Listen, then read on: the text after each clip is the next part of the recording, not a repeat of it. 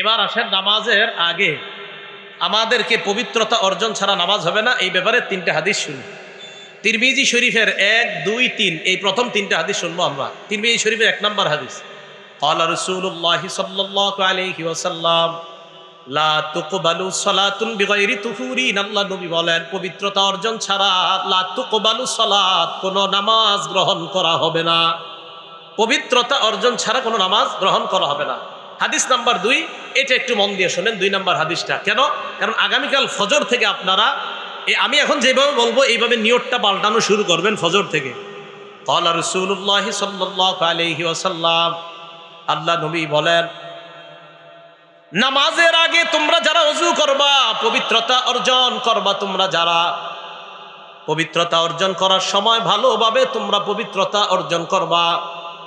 আল্লাহ নবী বলেন, যখন তোমরা ওযুর মাধ্যমে মুখ ধৌত করবা, ভালোভাবে ধৌত করবা। কেন? দেখেন নবীজি বলেন, ইযা তাওয়াদ্দা আল আব্দুল মুসলিমু আউল মুমিন, কোন মুসলমান অথবা মুমিন বান্দা যখন ওযু করে, ফাগাসালা ওয়াজহাহু, পানি দিয়ে যখন তার মুখ ধৌত করে, খারাজাত মিন ওয়াজহিহি কুল্লু খাতিআতিন নাযারা ইলাইহা বিআইনাই। নবীজি বলেন, কোন মুসলমান যখন ওযু করে, ওযুর পানি যখন চেহারার মধ্যে দেয়, তখন এই নজরের মাধ্যমে যেই গুনাহগুলা করছে, ওই পানির সাথে মাআল মাই আও মা আখিরি কতরিল মা, পানির সাথে অথবা পানির শেষ ফোঁটার সাথে তার এই গুনাহগুলা ঝরে যায়, পড়ে যায়।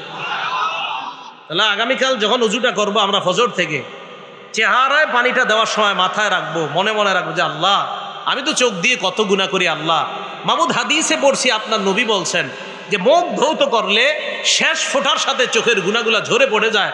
আল্লাহ, আমি মুখে পানি দিচ্ছি, মাবুদ আমার এই পানি দেওয়ার সাথে সাথে এই পানির সাথে যেন আমার চোখের গুনাহগুলা ঝরে পড়ে যায়। মনে থাকবে না ইনশাল্লাহ?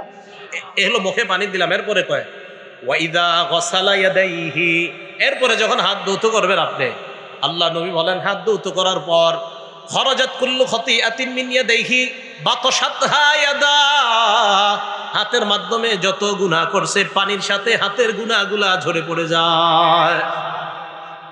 এই হাদিস থেকে বোঝা যায় পায়ের গুনাহ আর যত অঙ্গ প্রত্যঙ্গগুলো আছে ধৌত করবেন, তো ওই পানির ফোঁটার সাথে আপনার গুনাহগুলা ঝরে পড়ার এই ব্যবস্থা আল্লাহ পাকের পক্ষ থেকে করা হয়। 3 নম্বর হাদিস, রসুল আকরাম সাল্লাল্লাহু আলাইহি ওয়াসাল্লাম পবিত্রতা অর্জন ছাড়া আমাদের যে সালাত হবে না। বাকি প্রথম 1, 2, 3 এই তিনটা হাদিসের মধ্যে বলছেন যে পবিত্রতা অর্জন এটা হলো নামাজের শর্ত।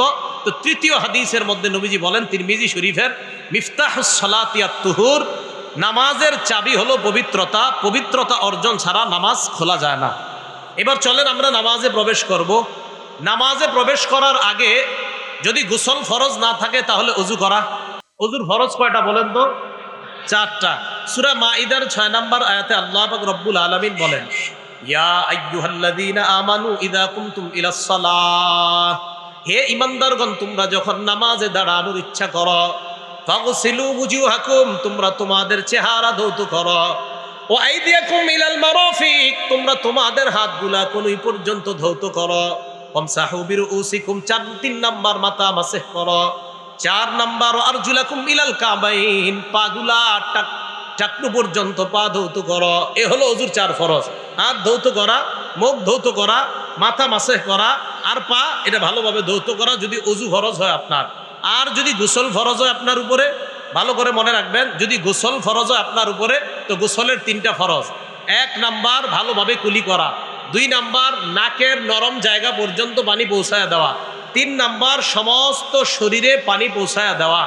রাসূল আকরাম সাল্লাল্লাহু আলাইহি সাল্লাম বলেন, মান তারাকা মাউদিআ, মান তারাকা মাউদিআ, নবীজি সাল্লাল্লাহু আলাইহি সাল্লাম বলেন, শরীরের সামান্য অংশ যদি কারো শুকানো থাকে, পানি যদি না পৌঁছে, ইচ্ছাকৃতভাবে যদি এমন হয় যে তোমার শরীরে একটু অংশে তোমার অসতর্কতার কারণে গোসলে ওই অংশে পানি যদি না পৌঁছে, নবীজি সাল্লাল্লাহু আলাইহি সাল্লাম বলেন, তাহলে তাকে জাহান্নামের আগুনের মধ্যে কাজা ওয়া কাজা ওই শাস্তি দেওয়া হবে। মানে নবীজি সাল্লাল্লাহু আলাইহি সাল্লাম সাবধান বাণী আমাদেরকে দিয়েছেন। তাহলে গোসলের সময় মাথায় রাখা, ভালোভাবে কুলি করা, নাকের নরম জায়গা পর্যন্ত পানি পৌঁছায় দেওয়া, সমস্ত শরীরে পানি পৌঁছায় দেওয়া। কোনো কারণে কুলি করতে আপনি ভুলে গেলেন, নাকে পানি দিলেন আর সমস্ত শরীরে পানি দিলেন, কুলি করতে আর মনে নাই, তখন গোসল করার পরে এক গ্লাস পানি খেয়ে নেবেন, হয়ে যাবে।